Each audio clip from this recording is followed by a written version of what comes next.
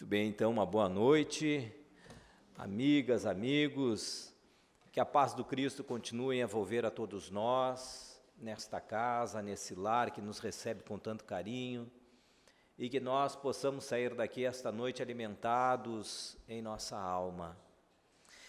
Hoje, a proposta do nosso estudo está centrada numa mensagem que está no Evangelho segundo o Espiritismo, capítulo 17, Sede Perfeitos, item 10. Esta mensagem ela é intitulada O Homem no Mundo.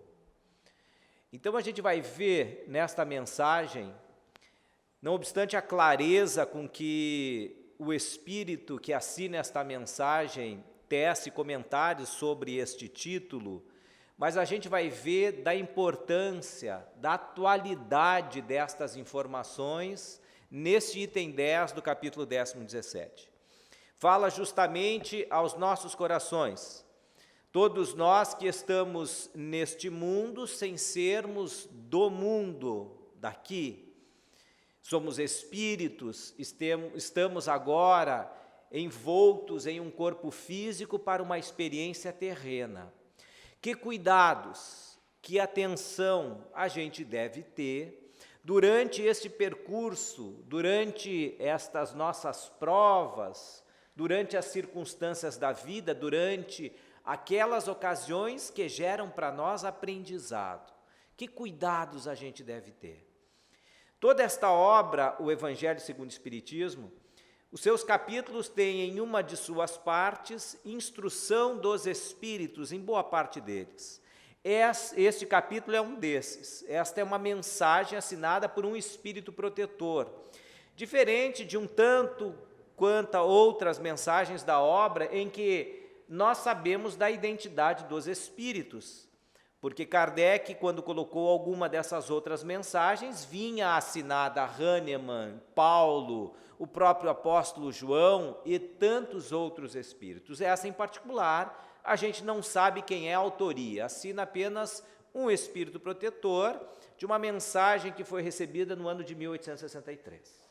Mas antes de nós entrarmos especificamente nessa mensagem, para a gente entender ela dentro do contexto da obra, esse capítulo 17, o título é Sede Perfeitos. A primeira impressão que nos passa com relação ao título do capítulo é que há uma exortação para que nós sejamos perfeitos, que nós possamos fazer de todo o possível para que as nossas ações sejam ações de um espírito perfeito, sede perfeitos. Mas a gente vai percorrer os olhos ao longo do capítulo, a gente vai se dar conta que, na realidade, esse tipo de proposta seria uma proposta difícil de nós atingirmos. Como é que nós poderíamos exigir para espíritos como nós, num nível de classe média baixa que nós somos dentro do processo evolutivo espiritual, exigirmos de nós perfeição, sede perfeitos?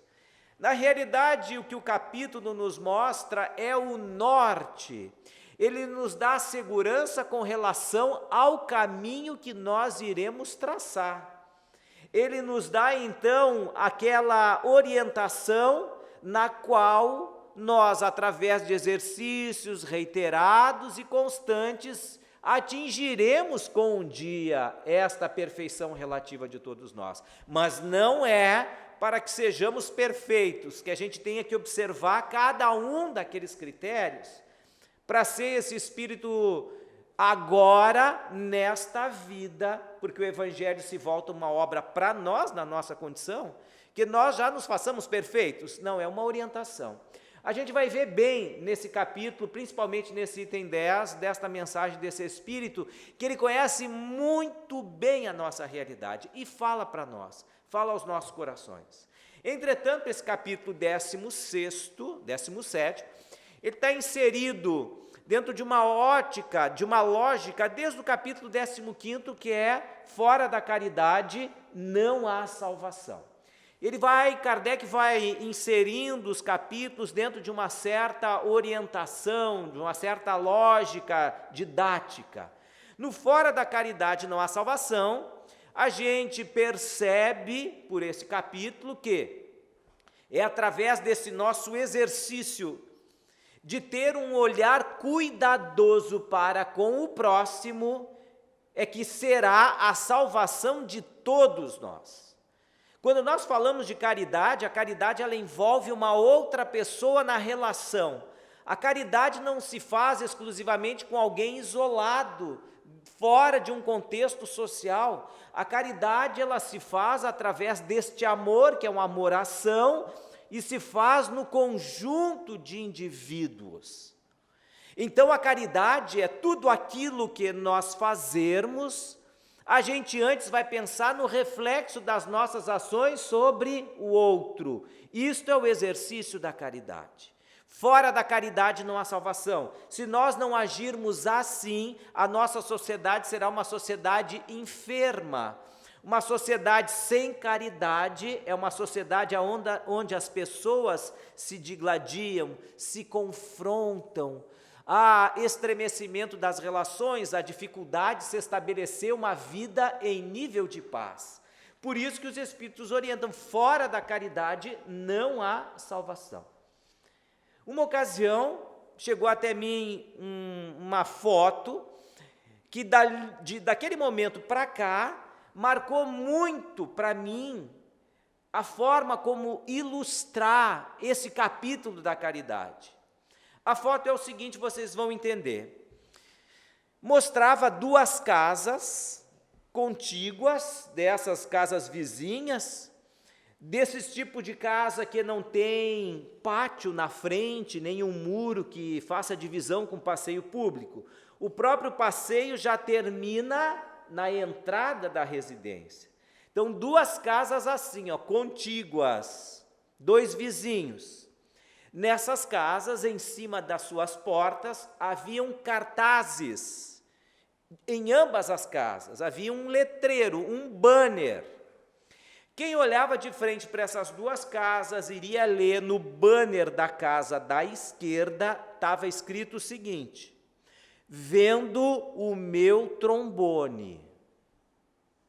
Na casa da direita, um outro banner estava escrito o seguinte: graças a Deus. Graças a Deus que ele está vendendo o trombone dele. Então você já deve calcular o que era o sofrimento deste homem, que agora estava dando graças pelo vizinho, está vendendo esse instrumento, o trombone. Porque devia de tocar a hora que dava prazer nele, de repente chegava em casa 11 horas da noite, dele a tocar o trombone. Domingo, 2 horas da tarde, quando o vizinho ia se deitar, depois do almoço com a família, ele tocava o trombone. De repente o vizinho tinha filho, o filho acordava com aquele barulho de trombone, aquilo devia ser um inferno para ele. Então, quando o vizinho resolveu vender, ele deu graças a Deus. Talvez até ele fosse um dos agenciadores desta venda, quem sabe já colocou ele no OLX também. Quanto mais rápido vender, melhor. Esse não é o estereótipo de uma sociedade que age com egoísmo? Uma sociedade que age com egoísmo, onde as pessoas são egoístas, o ditado é: os incomodados que se retirem, que se mudem, não é assim? Porque a pessoa vai fazer o que ela quiser, ela vai tocar o trombone dela a hora que ela quiser, ela não está nem aí para o outro. Isso é uma sociedade enferma, porque as pessoas são egoístas. Por isso que os Espíritos dizem que fora da caridade não há salvação. Para que nós tenhamos salvação enquanto sociedade, nós teremos que agir com caridade. E aí, agir com caridade, é a gente pensar, se a hora que eu vou tocar o meu trombone, eu não vou fazer ruído para os outros de forma inconveniente. Isso é agir com caridade.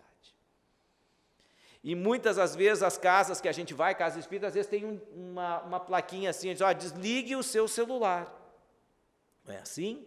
Porque para as pessoas às vezes chegam e não se dão conta que naquele ambiente de silêncio, uma palestra, é importante não ser perturbado pelo ruído de um som de um celular, de uma chamada. Então desligue o celular. Mas numa sociedade onde a caridade já se fez presente, morada no coração das pessoas, não há necessidade desse cartaz. Porque as pessoas, quando vão em algum lugar, Antes delas entrarem naquele lugar, elas vão dar de conta o que eu tenho comigo, o que eu posso fazer aqui nesse ambiente, aquilo que eu não posso, porque eu estou pensando nos outros. Uma sociedade que age com caridade é assim. Agora, a gente pode ser ainda uma sociedade egoísta. É daquelas que quando a gente vai num shopping center, na véspera de Natal, comprar um presente que deixou para comprar, aí chega lá, fica dando volta e volta para achar um lugar para estacionar. Aí, daqui a pouco, a pessoa encontra, vê uma vaga que está uns 5 metros adiante da dele. Ele olha e diz, essa vaga é minha. Só que ele se apercebe que há uma outra pessoa, numa posição diametralmente oposta à dele, vindo em sentido contrário, que observou e olhou aquela vaga. O que a gente faz? A gente faz uma mensuração rápida de espaço, diz assim, não, mas se eu acelerar agora, eu não chego primeiro que ele. O outro lá vai pensar também, diz, não, mas se eu acelerar, eu chego primeiro. E aí os dois aceleram, porque os dois querem pegar a vaga. Há uma vaga só, e cada um deles se acha o detentor, o titular daquela vaga, e vai fazer de tudo para ocupar. Isso é uma sociedade egoísta, eu quero a vaga para mim. Eu não penso se aquela vaga naquele lugar, de repente alguém numa outra condição não mereceria aquela vaga em relação à minha condição. Talvez numa sociedade, então, onde já haja caridade, as pessoas se encontram numa mesma situação, daqui a pouco vão entrar o carro naquela vaga, um olha para o outro e diz assim, não, mas lá do outro lado tem uma senhora com uma criança. Aí a pessoa abre o vidro e diz assim, não, por favor, por gentileza, a senhora pode entrar na vaga, eu estou vendo que a senhora está com uma criança. Imagina aqui ficar andando nesse shopping atrás de uma vaga esse tempo todo, o cansaço que vai sofrer a criança. Então eu entendo, entra a senhora, pode entrar. E a gente, mesmo que a gente passe depois mais 15, 20 minutos procurando outra vaga, mas a gente percebe que ela está numa condição de primazia, de preferência. Mas talvez se ela tiver caridade também no coração dela, ela vai olhar, ela vai perceber, não, eu recém cheguei, meu filho está dormindo, e do outro lado tem um senhor de idade. Ele vai dizer, não, mas o senhor é um idoso. Mesmo que a gente não goste que nos chame assim, mas ela vai dizer, não, por favor, a vaga é a sua. A minha criança está dormindo, não vai ter problema. E ficam os dois de gentileza. Porque isto é a caridade, quando a gente olha para o outro. Aquilo que eu vou fazer, ela vai tocar de que forma o outro? Se eu estivesse na posição dele, como é que eu gostaria de ser recebido, atendido? De que forma? Isso é a caridade. Fora da caridade não há salvação. Mas é interessante que depois desse capítulo 16º, Kardec colocou o capítulo, não se pode servir a Deus e a Mamon. Por que será que ele colocou esse capítulo, antes de chegar no Sede Perfeitos? Ele falou da caridade, a gente já entendeu o que é caridade, mas ele, antes de chegar no Sede Perfeitos, que daí é o exercício da caridade, ele coloca, não se pode servir a Deus e a Mamon. Por quê? Porque talvez Kardec tenha entendido que em algum momento dessas nossas interpretações sobre caridade, a gente chegaria a um determinado momento que talvez nós queríamos dar para as nossas ações uma formalidade de caridade, sem no fundo não sermos caridosos. Não se pode servir a Deus e a Mamon. A gente não pode ser caridoso sendo egoísta. Eu não posso ter um pé na caridade e um pé no egoísmo. A gente tem que sair de um lugar em direção ao outro. Eu não posso servir a dois deuses. É como se talvez a gente vai ao médico, o médico analisa nosso exame de sangue, vê ali colesterol alto, triglicerídeos alto, a glicose alta, e aí ele olha e diz assim, olha, tu vai ter que mudar hábitos. Tu vai ter que começar a fazer caminhadas durante a semana, se frequentar uma academia melhor e cuidar da tua alimentação. Você vai me ver remédio? Não precisa, para o teu caso não precisa de remédio, é só mudança de hábito. A saúde vai ser decorrência desta mudança de hábito. Procura comer menos fritura, menos doce, carne magra, tudo que a gente sabe, não é assim? Você olha, carne magra, peito de frango, nada de fritura, bastante legume, bastante vegetais. Tudo bem, a gente sai com aquela orientação do médico, chega no final de semana e diz, não, eu já vou começar a mudar. Mas aí a gente cai naqueles buffets de final de semana, e aí a pessoa não se contém, e vê aquela aquela costela, 12 horas, bem assada, aquela carne macia se desmanchando com aquela gordurinha, e a pessoa pega e põe a costela, põe um pedacinho de picanha com aquela gordurinha, aí ele vai para o buffet das saladas, aí ele lembra, diz, olha, o médico pediu para comer salada, e a gente pega a salada de batata, diz, mas não era esta a salada. E dele salada de batata, aí a gente está saindo, se sente ainda culpado, a gente pega e põe uma folha de alface por cima, e vai com aquele prato, e ainda ostenta para todo mundo, dizer, olha, eu já estou mudando, olha só, está aquela folhinha de alface por cima, escondendo todo um conjunto de pecados ali por baixo. É isso que Kardec quis dizer, não se pode servir a Deus e a Mamon. A gente não pode fazer de conta que é caridoso. Eu não posso apenas ter atos exteriores que sugerem exercício da caridade se eu ainda estou tocando o meu trombone no ouvido dos outros. Eu não posso pegar e dizer, não, mas eu entrego todo mês uma cesta básica lá para uma família, eu vou lá, eu entrego a cesta, eu aperto a mão, eu abraço, eu choro, mas durante a semana e o resto do mês a gente continua tocando o trombone na gente, no ouvido dos outros. Eu não posso servir a Deus e a Mamon. É esse o cuidado que a gente tem que ter. E aí sim ele vai entrar nesse capítulo 17º, sede perfeitos, o homem no mundo. E aí, ao longo da leitura desse texto, a gente depreende duas observações próprias que esse Espírito faz com relação a isso. A gente tem que cuidar, primeiro, para não sermos homens do mundo. O título é Homem no Mundo. O espírito vivendo uma experiência no corpo. Agora, quando ele fala do homem do mundo, ele quer dizer que este espírito está se distanciando da sua natureza espiritual, dos valores espirituais que são eternos, e está se deixando levar pelos valores que são valores do mundo. Então, embora a gente esteja no mundo, diz o Espírito, a gente tem que cuidar para não ser do mundo. Uma experiência plena de sensações, às vezes com pouco ou quase nenhum controle da nossa vontade. Porque quando a gente apenas faz experiências, sensações do mundo, a gente acaba perdendo a própria vontade, porque daí a gente é dominado pelas nossas próprias tentações. Então é isso que os Espíritos dizem, olha, cuidado, nós estamos encarnados no mundo, mas cuida para não ser do mundo. Nós temos um culto, às vezes, nessa visão de homem do mundo, um culto exagerado ao corpo, extravagância, excesso daquilo que é supérfluo na nossa vida.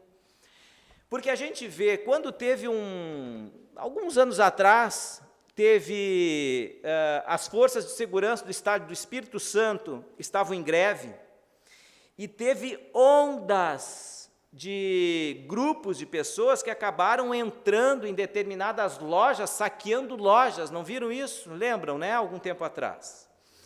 O interessante dessas situações é que os saques das lojas preferidas eram lojas de eletroeletrônicos. As pessoas entravam para saquear celular, computadores, não é?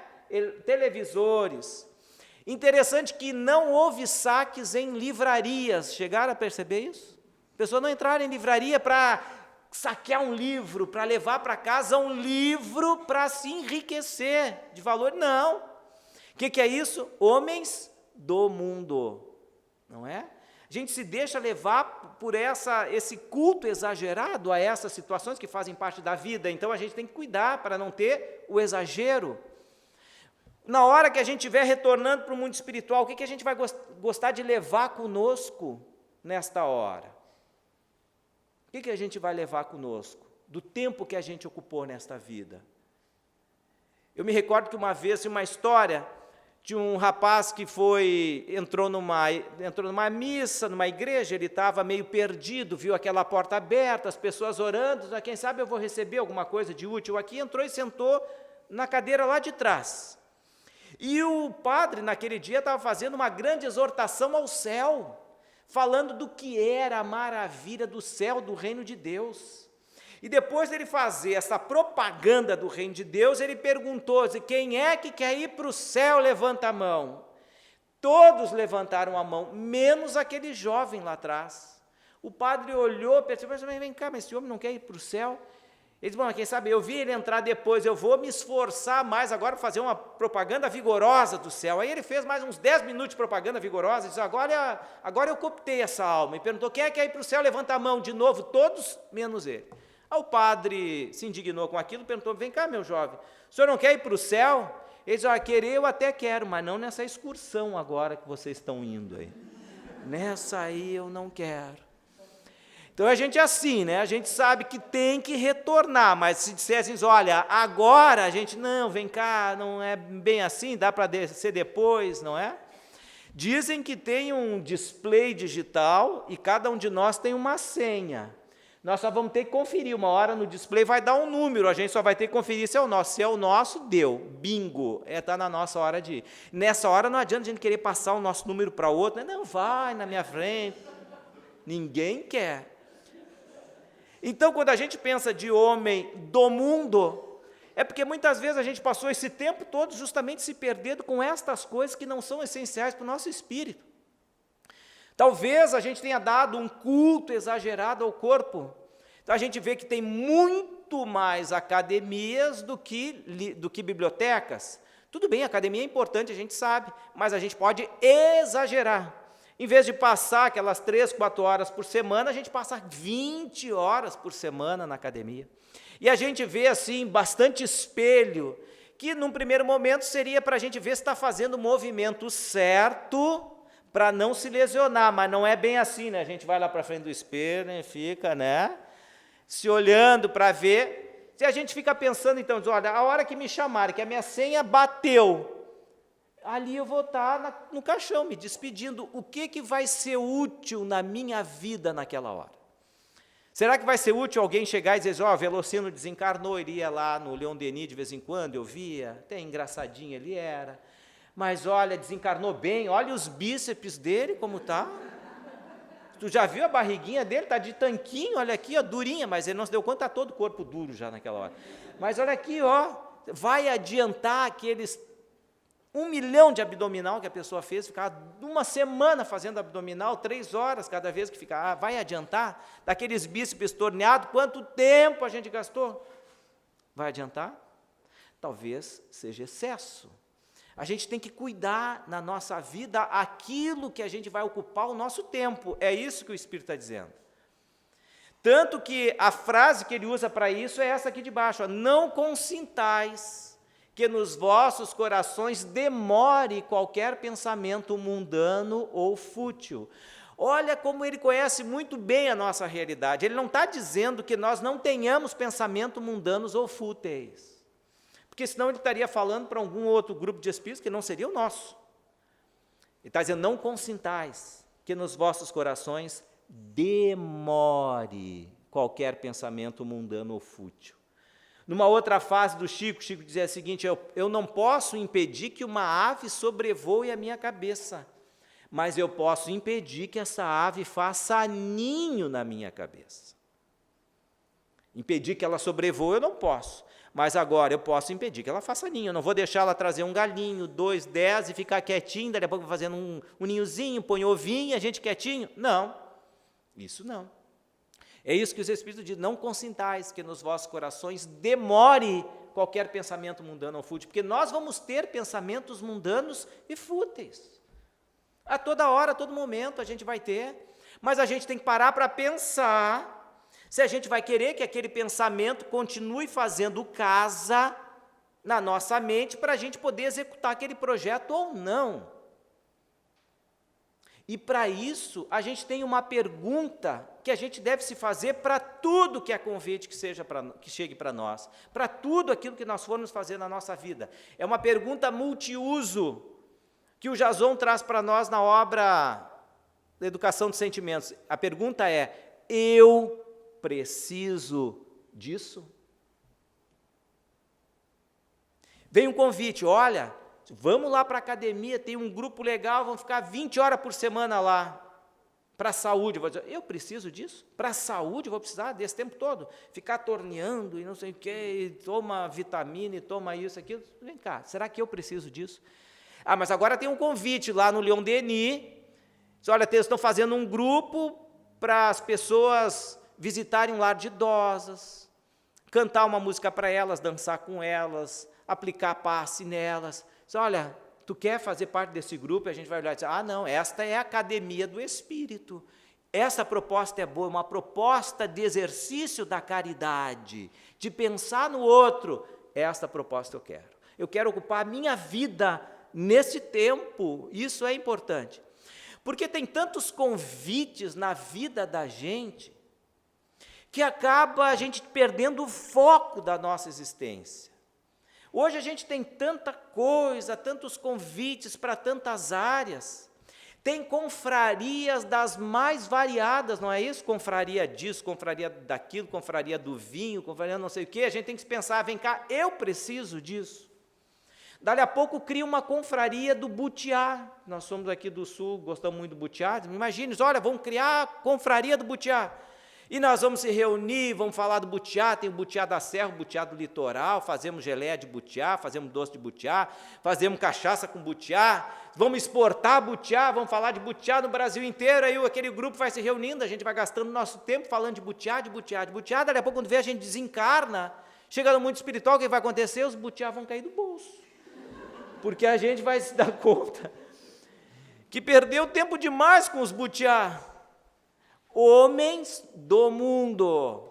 É isso que o Espírito nos alerta. Não consintais que nos vossos corações demore qualquer pensamento mundano ou fútil.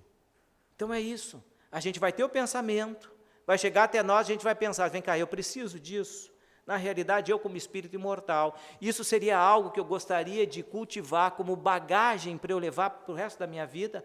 Ah, gostaria. Isso está no exercício da caridade, está lá no 15º, Kardec vem falando: ó, fora da caridade, não se pode servir a Deus, é mamon. Então, esse é o norte. Ah, nesse eu quero, eu vou me esforçar para isso. Agora, esses outros, não, devagar. Eu vou fazer aquilo que eu preciso, dentro daquilo que é necessário. Então, a gente aprender a fazer estas escolhas, como diz o Espírito. E, na voz de Joana de Ângeles: a juventude do teu corpo é breve, utiliza-a para armazenar valores eternos. Vamos aproveitar a nossa vida para conquistar esses valores, para armazenar esses valores que são eternos. Mas o Espírito também faz um outro alerta. Não, cuidado para não sermos homens do mundo, mas também cuidado para não sermos homens fora do mundo. Nem uma coisa, nem outra. Nem um extremo, nem outro. O fora do mundo é quando a gente quer se isolar desse mundo, porque de uma maneira ou de outra a gente acha que esse mundo não nos merece. Daqui a pouco a gente começa a olhar e vai vendo: realmente esse mundo está corrompido, tem tanta perdição e aquela coisa toda. A gente começa a olhar e só vê isso e diz assim: não, eu não posso ter contato com esse mundo. E a gente quer se isolar desse mundo. É um outro cuidado que a gente deve ter, diz o Espírito. Porque a gente não pode ter um isolamento das emoções. Olha, não consiste virtude em assumir de severo e lúgubre aspecto. Olha, esse mundo aqui é um vale de lágrimas, a gente vai ficar o tempo inteiro de cara amarrada, chorando, mal, parece que está num velório sempre. Não, não é assim. Como se a gente não sentisse, tivesse emoções e trabalhar com as nossas emoções. E também nenhuma caridade teria praticar o homem que vivesse insulado. Olha, a caridade é o exercício daqueles que convivem em sociedade. Se eu me isolar, eu não tenho como praticar a caridade. Então, aquela forma de isolamento da gente achar que essa transformação nossa, no sentido da busca da perfeição, vai se dar de uma forma mágica, da gente se isolando desse mundo, a gente está equivocado. É justamente nesse convívio que a gente vai se conhecer.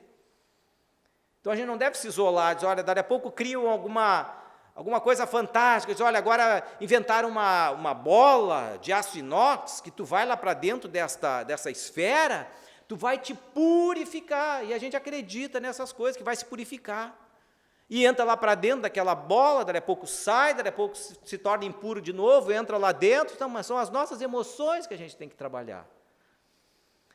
É como se alguém chegasse assim, olha, eu vou lá na casa espírita, tomo o passe, tomo aquela água, é uma maravilha, eu tomo aquela água, eu passo uma semana bem. Eu mesmo que digo que tem um rapaz que chegou lá na casa, que ele fazia isso, ele ia lá, tomava o passe, tomava aquela água depois do passe, aí ele percebeu que aquele copinho d'água já não estava durando mais uma semana, ele disse que antes tomava, aquilo passava muito bem uma semana, ele percebeu que só aquele copinho d'água não dava conta, aí ele viu que tinha pessoas que levavam uma garrafinha de meio litro já. Ele disse, eu vou levar uma garrafinha de meio litro. Enquanto estão fazendo o passe, eu deixo ela num canto, os médios vão magnetizar aquela água, eu vou levar. Aí ele começou a levar, pronto, aí ele tomava um copinho por dia, durante a semana, uma garrafa de meio litro, dava. Então ele diz assim, no outro dia, quando a minha energia está caindo de novo, vou lá, mais um copinho daquela água fluidificada. Então, melhorar de novo, foi indo. Ele, só que depois não estava dando conta mais essa garrafa de meio litro. Ele tinha que tomar um volume maior, aí não durava uma semana. Aí ele dizia assim, ele viu que tinha gente que levava garrafa de 2 litros, ele disse, eu vou começar a levar uma garrafa de 2 litros agora. Porque daí, em vez de tomar um copinho, eu tomo um copo americano já d'água fluidificada por dia. Aí levou uma garrafa de 2 litros, aí começou a tomar aquilo que melhorou de novo, mas depois foi um tempo, já não adiantou mais. Aí ele veio e me perguntou, contou toda essa história, disse assim, Velocino, eu posso trazer um galãozinho de 20 litros aqui? Porque daí eu já vou chegar lá em casa, já ponho na caixa d'água, eu tomo banho já de água fluidificada. Eu disse assim para eles, olha, vem cá, alguma coisa está errada nisso. Deixa eu ir contigo até a tua casa para ver o que pode ser isso aí.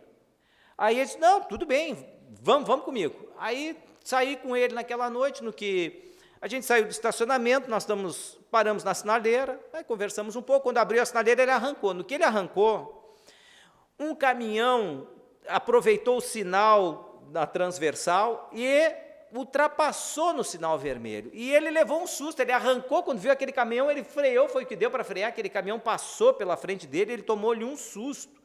Ele abriu a janela, ele começou a xingar esse motorista do caminhão, mas olha, ele chegou a exalar condenação para até a 5ª geração da família do motorista aquele, que pediu que se desse mal até a 5ª geração. Aí eu olhei para ele e fiquei pensando, bom, depois a água é o problema, né? A água que o médium que não está bom ainda.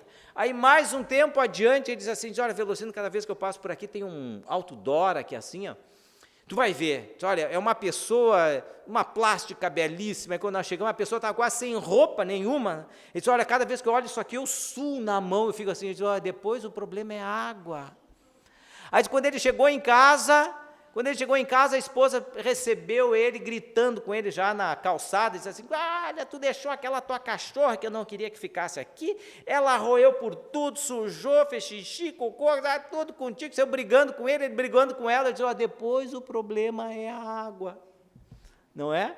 É que a gente quer ficar fora do mundo, como se a água fosse nos mudar, se o passe a gente já fosse sair daqui levitando. Não, agora eu vou lá no Leon Denis, 5 anos eu vou lá, toda quinta-feira eu vou assistir palestra, tomar meu passe, eu vou sair em 5 anos, eu estou tinindo.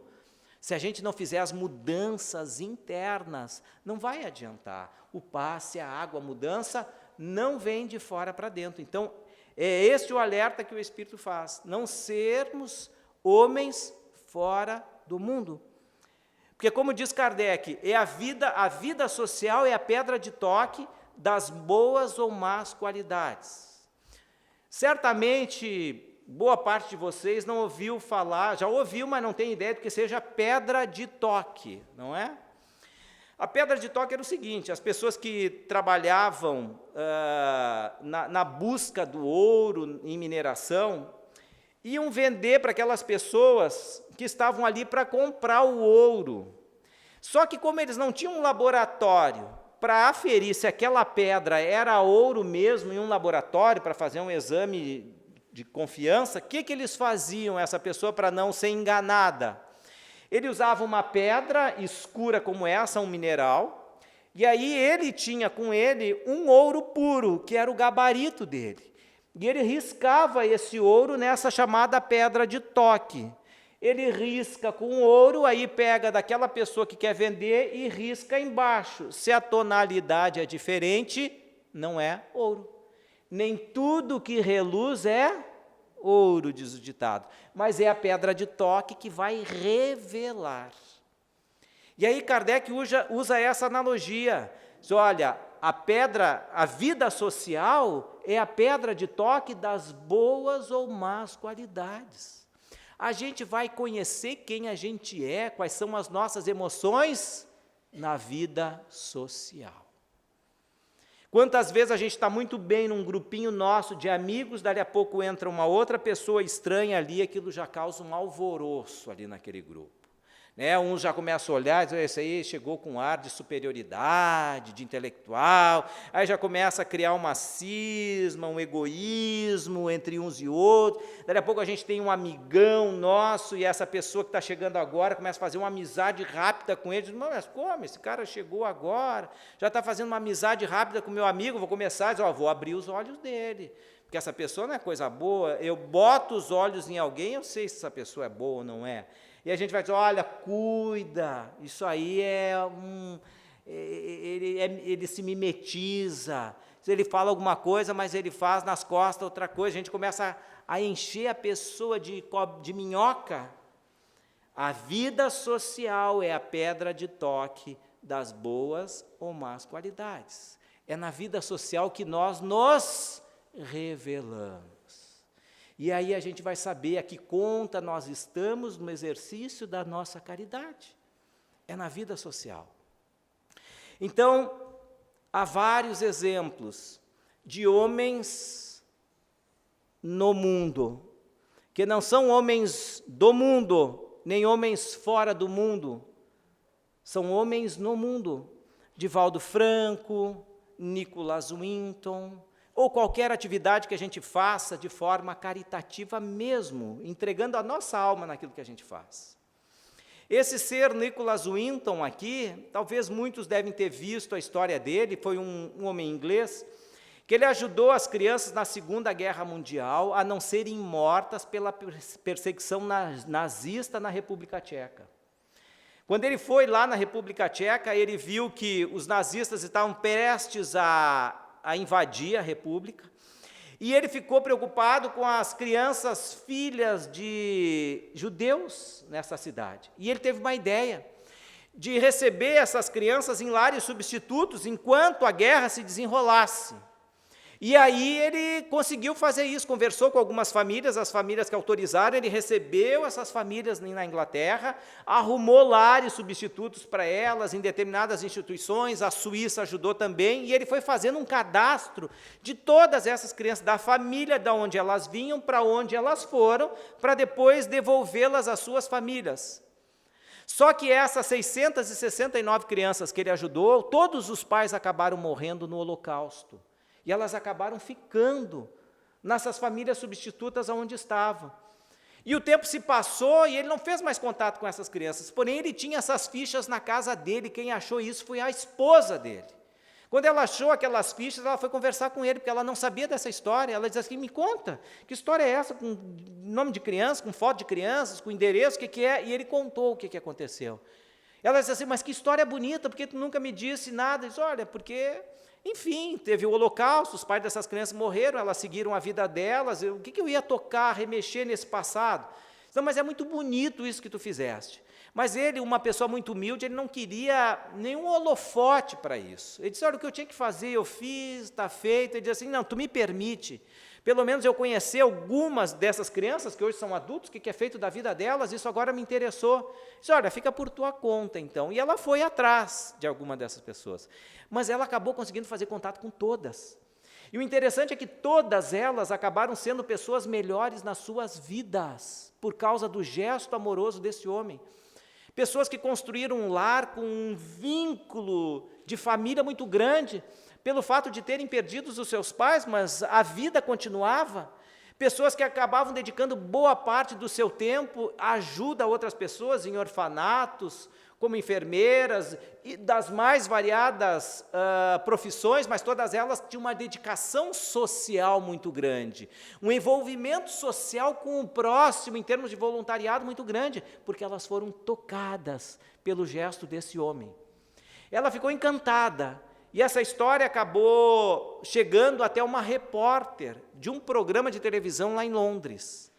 E essa repórter conseguiu a todo custo levar o Sir Nicholas Winton lá para contar essa história, porque ele era uma pessoa avessa a qualquer tipo de homenagem. E ele foi a muito custo, foi até lá, e essa jornalista então começa a fazer a explanação do que foi a vida desse homem, ela filmou, mostrou e tal, mas ela tinha uma surpresa para ele aquela noite. Quando ela terminou de falar da vida dela, um programa ao vivo, com auditório, ela chegou e perguntou assim, ele estava na primeira fila, ela perguntou, Sir Nicholas Winton, o senhor conhece essa pessoa que está do seu lado? Ele olhou, era uma senhora, e disse, eu não conheço. Disse, olha, esta é uma das 669 crianças que o senhor ajudou e salvou. Ela está aqui para lhe agradecer. Ela se levantou, ele se levantou, surpresa, ela abraçou, chorava ela, porque não via, não tinha visto mais aquele homem, só vira quando pequena. Ela abraçou, agradeceu, ela se sentou, mas a homenagem maior estava para acontecer. Porque ela disse assim, olha, tem mais alguém aqui no auditório que foi ajudado por esse homem? Se por acaso tiver, por favor, levante. Ela conseguiu contatar todos, levantou todo o auditório para homenagear aquele homem. E ele se voltou para trás, viu aquelas pessoas levantando uma a uma. Ele ficou impressionado, elas começaram a bater palmas de agradecimento àquele homem.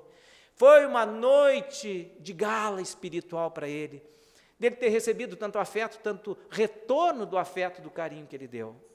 Sir Nicholas Winton, um homem no mundo, que todos nós podemos ser, naquilo que nos cabe realizar, no exercício efetivo da caridade, no controle das nossas emoções e dos nossos sentimentos.